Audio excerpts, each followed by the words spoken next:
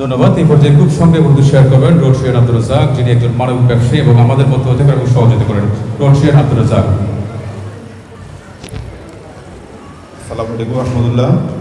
আমার মতো একটু ছোটো মানুষকে এখানে স্টেজে ওঠার সুযোগ করে দেওয়ার জন্য মানবিক ফাউন্ডেশনকে আমি ওই বেয়ারিশ ফাউন্ডেশনের স্বাগত ভাই সহ রিয়াজ ভাই সহ সকলকে ধন্যবাদ জানাচ্ছি।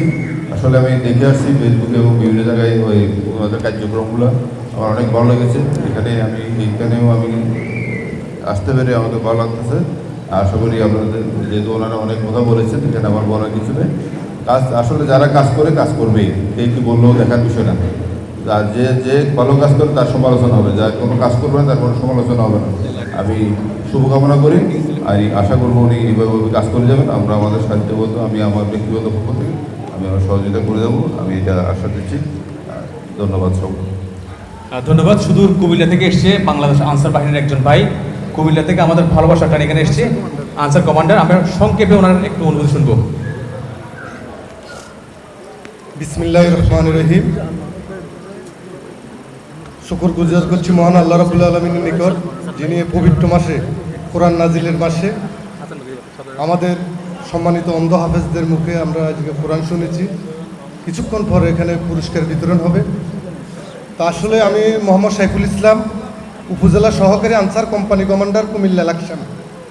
আসলে আমি অনুপ্রাণিত হয়েছি শওকত ভাই, ওনাকে আমি স্যার বলবো। কেন বলবো?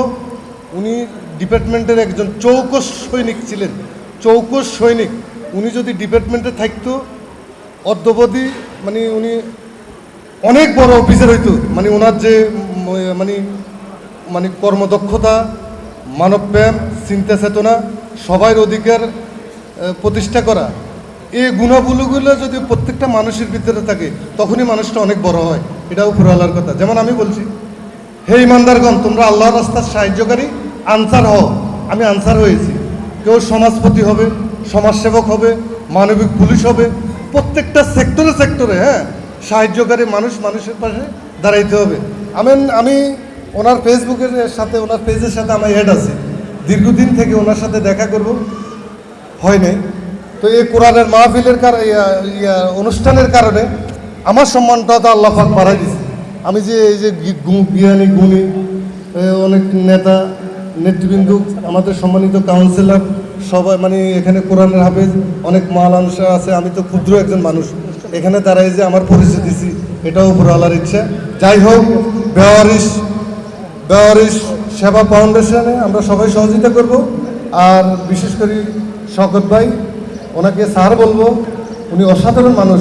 ওনার মতো মানুষ যদি আসে, মানুষের অধিকার সাধিত হবে, এই আশাবাদ ব্যক্ত রেখে সবাইকে রমজানের মুবারকের শুভেচ্ছা জানিয়ে বিদায় নিচ্ছি। আসসালামু আলাইকুম ওয়া রাহমাতুল্লাহি ওয়া বারাকাতুহু।